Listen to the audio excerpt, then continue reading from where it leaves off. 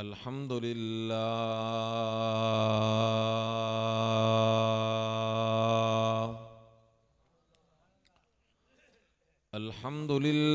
अल्लज़ी हदाना इला सिरातिम मुस्तक़ीम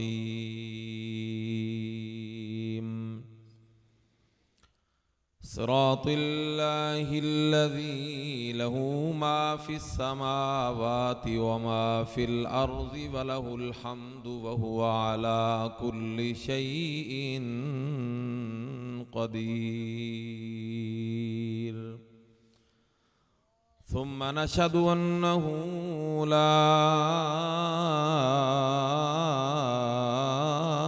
इलाहा इल्लल्लाहु वहदहु ला शरीका लह व नशहदु अन्न सय्यदना व सनदना व मौलाना मुहम्मदन अब्दुहु व रसूलुहु। अम्मा बअदु फ़अऊज़ु बिल्लाहि मिनश शैतानिर रजीम। बिस्मिल्लाहिर रहमानिर रहीम। वमा खलक़तुल जिन्न वल इंसा इल्ला लियअबुदून।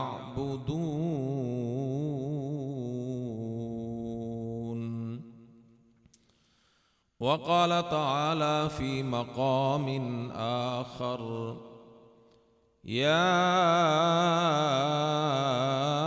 अय्युहल्लज़ीना आमनू क़ू अन्फुसकुम व अहलीकुम नारा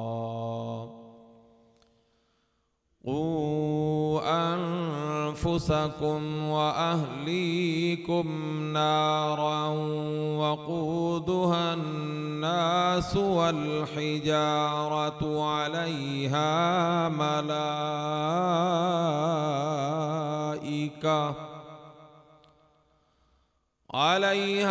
मलाइकतुन ग़िलाज़ुन शिदादुन ला यअसून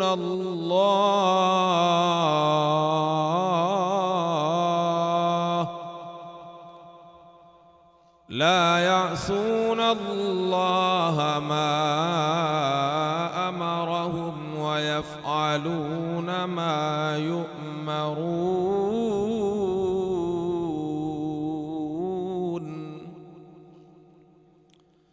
ला यअसून अल्लाह मा अमरहुम व यफ़अलून मा युअमरून।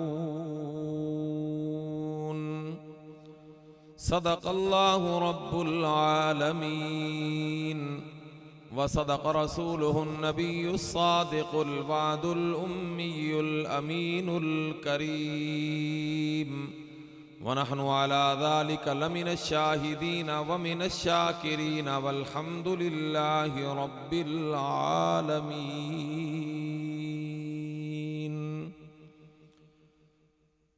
हमेशा के लिए रहना नहीं इस दार फ़ानी में, कुछ नेक आमाल भी कर लो इस 4 दिन की जिंदगानी में। लोगों ने दीन को भुला रखा है, अपने आप को गफलत की नींद में सुला रखा है। अकबर मुबारक हैं वो लोग जिन्होंने इस दौर में भी कुरान को खुला। क्योंकि रहमान रहीम ज़ात है, बाज़ दफ़ा बंदा थोड़ा अमल करता है अल्लाह ताला उसको बहुत ज़्यादा अता फरमा देते हैं, और बाज़ दफ़ा उसकी रहमत को ऐसा जोश आता है कि बात कोई होती है और अल्लाह रब्बुल आलमीन उसी बात को बहाना बनाकर उसकी माफ़ी का फैसला फरमा देते हैं।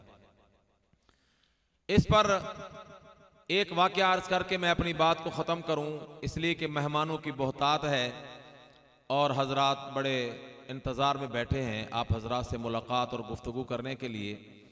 सईदना हज़रत उमर फारूक आज़म रज़ी अल्लाह ताला अन्हु का ज़माना था। उस ज़माने का एक बड़ा मशहूर गविया था, गाने बहुत अपने अंदाज के मुताबिक अच्छे गाया करता था।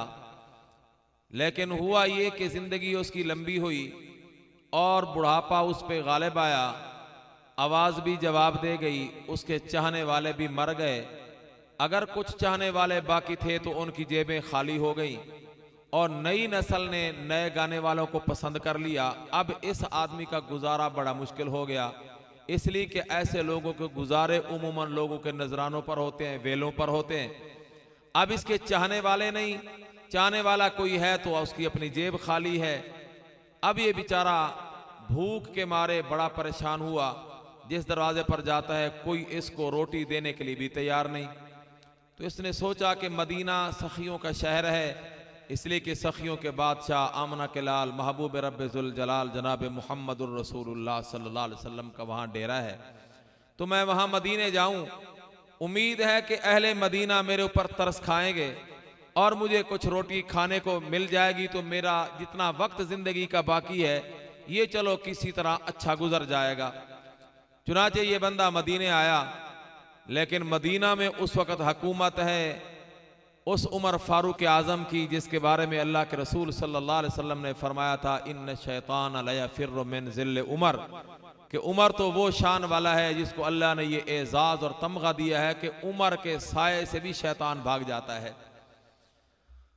अब वहां गुनाहगार और इस तरह का मुजरिम अलल ऐलान फासिक ये मदीना में चले फिरे और अहले मदीना इसको मुंह लगाएं, अहले मदीना इसको अपने यहाँ पनाह दें, ये कोई मामूली बात नहीं थी, बड़े दिल जिगर की बात थी। इसलिए भूख का मारा ये किसी न किसी दरवाजे पर जब जाता है और आवाज़ देता है, भीख मांगता है, तो अहले खाना मालूम करते हैं कौन है, इसको क्या मसला है। पता चलता है फलां मशहूर गविया और उसको खाने की ज़रूरत है, वो खाने के लिए आया। तो अहले खाना कहते हैं खाना देने को तो जी चाहता है, लेकिन ख़तरा इस बात का है कि कहीं उमर फारूक आज़म को पता ना चल जाए। अगर उन्हें मालूम हो गया कि इन्होंने फलां गविये को खाना दिया है, तो ख़तरा इस बात का है कि कहीं वो इससे ये ना समझे कि इनका तो इस गविये से कोई ताल्लुक था, इसलिए हमें कहीं वो हमारी पिटाई ना करें। इसलिए कोई आदमी इस आदमी को खाना देने के लिए तैयार नहीं। एक दिन ये बड़ा परेशान हुआ, भूख ने इसको सताया और ये कब्रिस्तान में आके बैठा और अल्लाह रब्बुल आलमीन की बारगाह में इसने ना कुछ अर्ज की। बाज़ दफ़ा लोग एक जनाजे के साथ कब्रिस्तान में जाते हैं, बाज़ दफ़ा वैसे अपने वालिदैन की कब्र की ज़ियारत को चले जाते हैं। हदीस पाक में आया है कि अगर कोई आदमी हर जुमे को अपने वालिदैन की या उनमें से किसी एक की कब्र की ज़ियारत करे, तो रहमत आलम सल्लल्लाहु अलैहि वसल्लम ने फरमाया उसको दो फ़ायदे होंगे। एक फ़ायदा तो होगा कि कुतिबा बर्रन, ये आदमी क़यामत के दिन अपने वालिदैन के फर्मा बरदारों में उठाया जाएगा, और गुफ़िर लहू भी साथ फरमाया कि अल्लाह ताला इसके गुनाह भी माफ़ फरमा देंगे। वालिदैन की कब्र की ज़ियारत का इतना सवाब है तो ख़ुद अंदाज़ा फरमाएं, जब किसी के वालिदैन ज़िंदा हों और आदमी मोहब्बत और शफ़क़त व अज़मत की निगाह से वालिदैन के चेहरे को देखे तो क्या मिलेगा।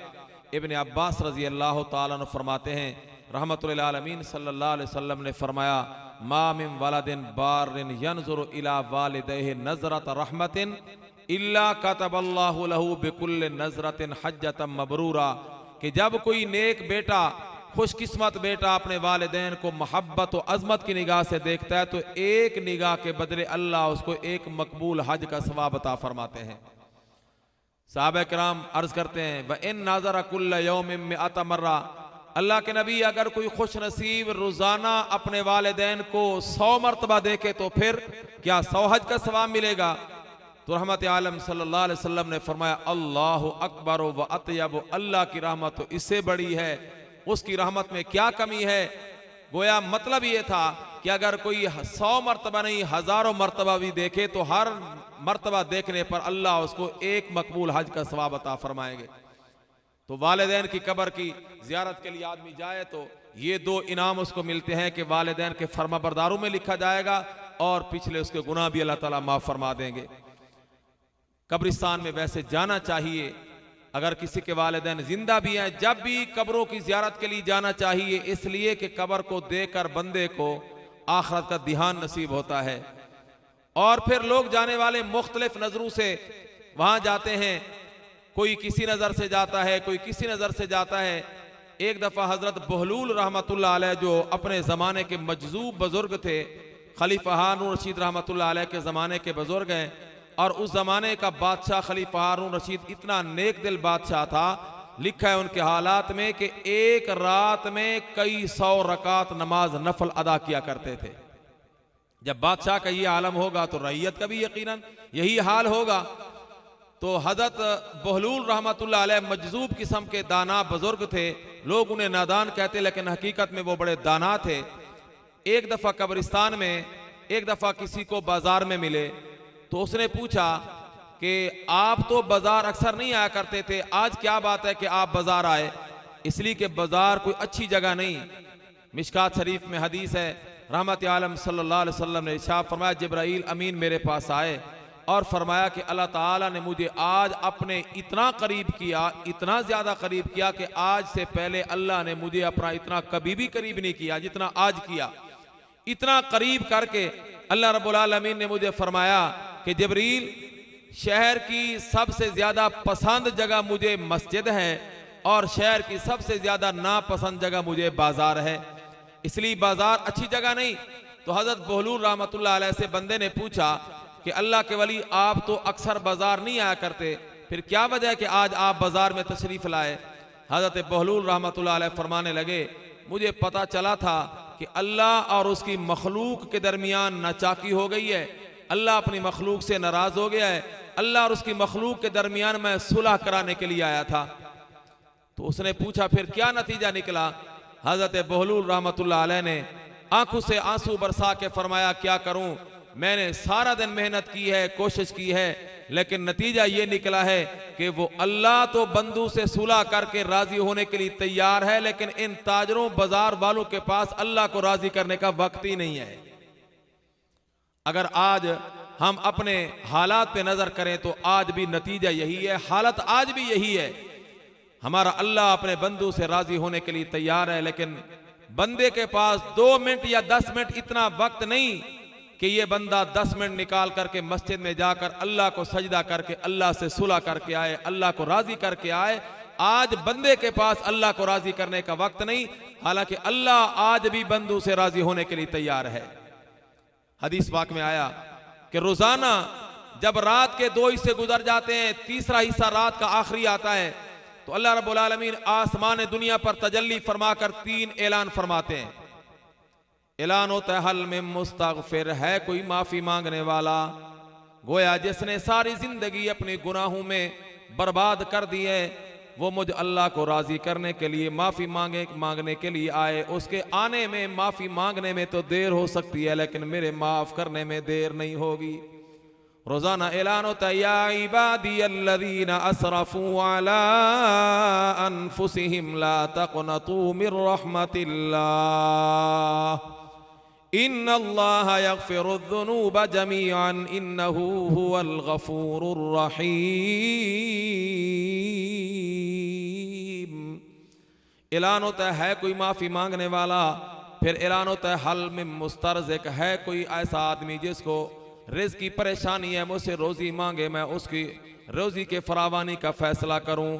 ऐलान होता है कोई ऐसा आदमी जो मुसीबत में, बीमारी में 2-4 है, परेशान है, मुझसे आके सियत मांगे, सियत मांगना उसका काम होगा, अता करना मुझ अल्लाह का काम होगा। रोजाना ऐलान होता है, गोया बंदों से अल्लाह राजी होने के लिए तैयार है, लेकिन आज बंदों के पास वक्त नहीं कि अपने अल्लाह को राजी करने के लिए 2-4 मिनट मस्जिद में बैठ करके अल्लाह से माफी मांग कर अल्लाह को राजी कर लें। हजरत बहलूल रहमतुल्लाह अलैह फरमाते हैं, मैं बेताब हो गया और मैं नाउमीद, मायूस होकर के वापस जा रहा हूँ। मैंने बड़ी कोशिश की है, वो अल्लाह तो राजी होने के लिए तैयार है, बंदों के पास अल्लाह को राजी करने का कोई वक्त नहीं। फिर कुछ दिनों के बाद हजरत बहलूल रहमतुल्लाह अलैह कब्रिस्तान में मिले।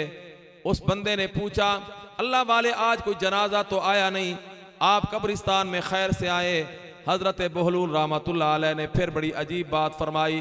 फरमाया, मियाँ पता चला है अल्लाह और उसकी मखलूक के दरमियान आपस में नाचाकी हो गई, अल्लाह बंदों से नाराज हो गया। मैंने कहा जाके सुलह करा के आऊं। नतीजा क्या निकला? फरमाने लगे मैंने सारा दिन मेहनत की है, आज ये कब्रों वाले ये बंदे तो अल्लाह को राजी करने के लिए उससे सुलह करने के लिए तैयार हैं, लेकिन आज अल्लाह इनसे सुलह करने के लिए तैयार नहीं। वो कहता है जो मैंने इनको सुलह का वक्त जिंदगी का दिया था, इन्होंने वो वक्त मेरी नाफरमानियों में तबाह कर दिया है। अब इनके लिए फैसला क़यामत के दिन होगा। आज अल्लाह इनसे राजी होने के लिए सुलह करने के लिए तैयार नहीं। ओ मेरे अजीज दोस्तों बुजुर्गों, आज हमारा भी यही हाल है।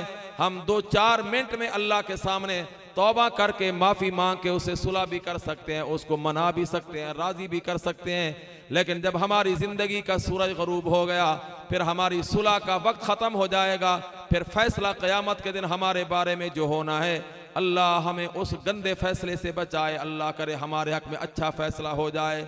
मैं अर्ज़ कर रहा था, वो गविया कब्रिस्तान में आ बैठा और अल्लाह रब्बुल आलमीन की बारगाह में अर्ज़ करता, इलाहुल आलमीन मेरी ज़िंदगी की नालाकियाँ नाफरमानियाँ सारी तेरे सामने है, ज़िंदगी का एक एक लम्हा तेरे सामने मेरा खुला हुआ है। अल्लाह मेरे पास सजदों की कसरत नहीं कि तेरी बारगाह में पेश करके मैं कोई बात अर्ज कर सकूं। अल्लाह जिहाद का अमल भी मेरे पास नहीं, रोज़े भी मैंने नहीं रखे। अल्लाह किसी नेक अमल का ज़ख़ीरा मेरे पास नहीं है। आज मेरी हालत जो है वो तेरे सामने है कि दुनिया का कोई आदमी मुझे रोटी का एक लुकमा टुकड़ा देने के लिए तैयार नहीं। अल्लाह भूख अज़ाब शिद्दत मुझसे बर्दाश्त नहीं हो सकती। अल्लाह इन हालात में चाहिए तो ये था कि तू मेरी खुद ब खुद मौत वाक़े कर देता, लेकिन या अल्लाह मुझे नहीं मालूम कि मेरी ज़िंदगी में क्या हिकमत है। अल्लाह जितना काम मेरे बस का था वो तो मैंने कर दिया। घर से चला, बाजार से गुजरा, कब्रिस्तान में आके मैं बैठ गया। ऐ अल्लाह अब अगला काम तेरा है कि तू मेरी रूह कब्ज करके मुझे मौत वाक़े कर दे, इसलिए कि भूख का अज़ाब मुझसे बर्दाश्त नहीं हो सकता। जब ये कहा तो भूख की शिद्दत और दर्द के मारे उसकी आंखों से आंसू निकल आए। इधर इसकी आंखों से आंसू निकले, उधर मेरे अल्लाह की दरियाए रहमत को जोश आ गया। इधर ये रोते रोते इसकी आंख लग गई, इसको नींद आ गई। और इधर वक़्त का बादशाह सैयदना हजरत उमर फारूक आज़म रजी अल्लाह तआला अन्हु दोपहर के वक्त कैलूला करने के लिए, सुन्नत के मुताबिक आराम करने के लिए अपने बिस्तर पे लेटे हुए अपने घर में। इधर उमर फारूक आज़म की भी आंख लग गई। ख्वाब में क्या देखते हैं, अल्लाह रब्बुल आलमीन की दरबार लगी। अल्लाह ताला ने फरमाया मेरा उमर जी, मेरा अल्लाह फरमाया वो देख कब्रों के बीच में मेरा एक मेहमान, मेरा एक दोस्त भूखा बैठा है, जल्दी करके उसके लिए खाना बना के पहुंचा, क्या मैं अल्लाह तुझको अपनी रजा नसीब कर दूंगा। उमर फारूक आज़म रजी अल्लाह ताला अन्हु चुकन्ने होकर उठ बैठे। अहलिया से फरमाया कि पहले भी मेहमानों की आमद पर तू खाना बनाती है, लेकिन वो मेहमान कभी मेरा कभी तेरे बेटों का मेहमान, आज जिस मेहमान के लिए मैंने खाने का कहा है वो ना मेरा मेहमान है ना तेरा, बल्कि वो अल्लाह का मेहमान है। अहलिया ने खाना जल्दी से बना के दिया।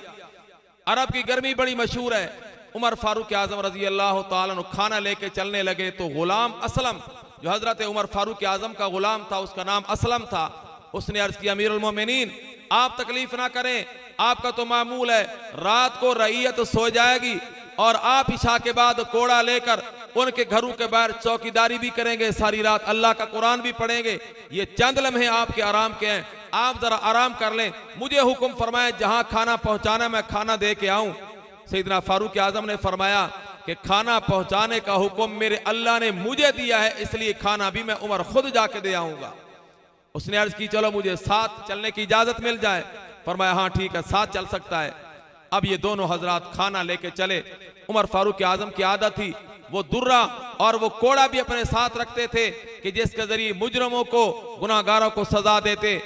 रास्ते में वो कोड़ा भी चलते हुए अपने हाथ में लिया। ये दोनों हजरात चले, उसी कब्रिस्तान में पहुंचे।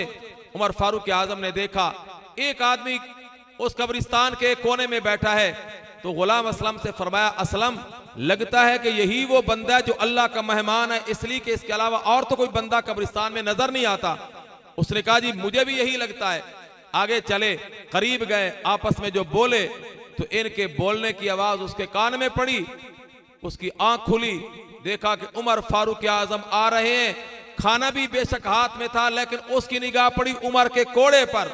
यकदम चुकन्ना हुआ और उठ के भागने लगा कि उमर के कोड़े की मार अब मैं कैसे बर्दाश्त करूंगा।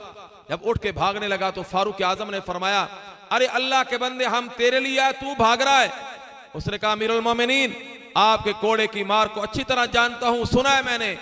मेरी हड्डियों में अब इतनी ताकत नहीं, मेरी हड्डियां कमजोर हो गई, जिस्म मेरा सूख चुका है। अब आपके कोड़े की मार, मेरी हड्डियां, मेरा जिस्म बर्दाश्त नहीं कर सकता। मैं उठ के भागने की कोशिश कर रहा हूं, शायद आपकी मार से बच जाऊं और निकल जाऊं। उमर फारूक आजम रजी अल्लाह ताला अन्हु ने फरमाया, अरे मियां, मैं तुझे मारने के लिए नहीं आया, बल्कि अल्लाह के हुक्म के मुताबिक तुझे खाना देने के लिए आ रहा हूं। उमर फारूक आजम रजी अल्लाह ताला अन्हु से जब उसने ये सुना, वहीं बैठ गया, उठते कदम वहीं रुक गए। उमर फारूक आजम से कहता है, अमीरुल मोमिनीन, मैंने अल्लाह के सामने खाने की तो कोई बात ही नहीं की, मैंने तो अपना रोना अपने अल्लाह के सामने रोया कि या अल्लाह, अब मैं तो मरने के लिए तैयार, मेरे पास कोई अमल नहीं, उस अमल की वजह से मैं तो इसे रोजी का सवाल करूं या तो इसे मैं कोई और बात मांगूं। या अल्लाह तू मुझे मौत दे दे, मैं तो इसलिए कब्रिस्तान में आके बैठा और रो दिया। उमर फारूक आजम ने फरमाया, मियां, बेशक तूने रोटी अल्लाह से नहीं मांगी, लेकिन तेरा रोना तो रोटी के लिए था और तेरा ये दर्द शिद्दत ये रोटी की वजह से थी, इसलिए मेरे अल्लाह ने मुझे हुक्म दिया, अल्लाह के हुक्म के मुताबिक मैं तेरे लिए खाना ले आया। वो वहीं बैठ गया। हया और शर्म का गलबा इस कदर हुआ, आंखों से आंसू जारी हो गए और जुबान पर एक आयत कुरान की तिलावत करने लगे। कहने लगा, या अय्युहल इंसानु मा गर्रका बिरब्बिकल करीम, वो इंसान, तुझे उस करीम अल्लाह से किस चीज ने धोखे में डाला, अपने आप को मलामत करता है। ओ बदबख्त इंसान, तूने तो सारी जिंदगी अल्लाह की सारी तवानाइयां दी हुई, अल्लाह की सारी लयाकतें दी हुई, तूने उसकी नाफरमानियों में तबाह कर दी। आज तूने अल्लाह को बेशक पुकारा जरूर है, लेकिन अपनी मजबूरी की वजह से, अपनी मजबूरी के लिए तूने ना तो अल्लाह से माफी मांगी, ना तूने अल्लाह को अपने साथ राजी करने की कोशिश की। तूने तो अल्लाह के सामने भूख के मारे अपनी मौत के लिए सवाल किया। तेरा अल्लाह कितना करीम था कि उसने जिंदगी भर की तेरी नालाकियां और नाफरमानियां का तुझे ताना नहीं दिया, बल्कि अपने अजीम बंदे को खाना पहुंचाने का हुक्म दिया। उमर फारूक आजम फरमाते हैं, अरे मियाँ, खाना खा, अल्लाह का हुक्म पूरा हो जाए मैं वापसी जाऊं। वो कहता है, उमर क्या करूं, इधर अपनी नालायकियां देखता हूं, उधर उसकी रहमत को देखता हूं। मैंने उसके साथ क्या की, मेरा अल्लाह मेरे साथ क्या फैसला कर रहा है।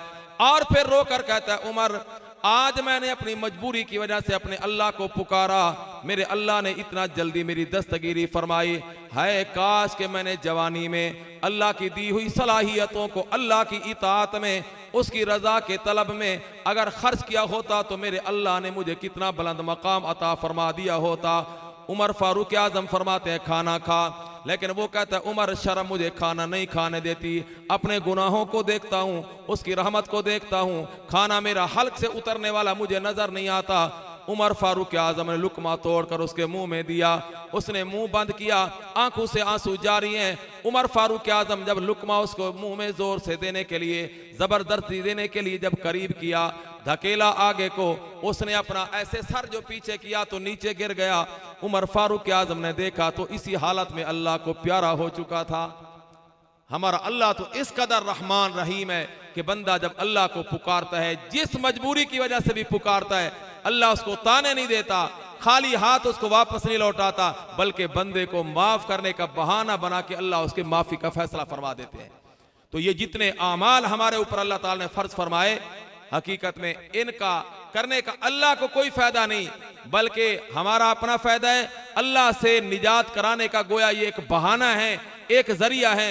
अगर हमने इन आमाल को बहाना भी ना बनाया और कल क़यामत के दिन हमें जहन्नम में जाना पड़ा, अल्लाह की नाराजगी का सामना करना पड़ा, इसमें हमारा अपना कसूर होगा, अल्लाह की रहमत का कोई कसूर नहीं होगा। इसलिए मेरी सारी बात का खुलासा ये है कि अल्लाह ताला ने हमें चंद रोज़ा ये ज़िंदगी दी है, आखरत के जहान को आबाद करने के लिए जितने आमाल दिए हैं, इससे आखरत का जहान आबाद होता है। अल्लाह से दुआ है, अल्लाह हम सब को नमाज भी पाबंदी से पढ़ने की तौफीक अता फरमाए। बाकी जितने नेक आमाल हैं, अल्लाह ताला हम सब को पूरे शौक और ज़ौक़ के साथ वो नेक आमाल करने की तौफीक अता फरमाए। वमा अलैना इल्लल बलाग।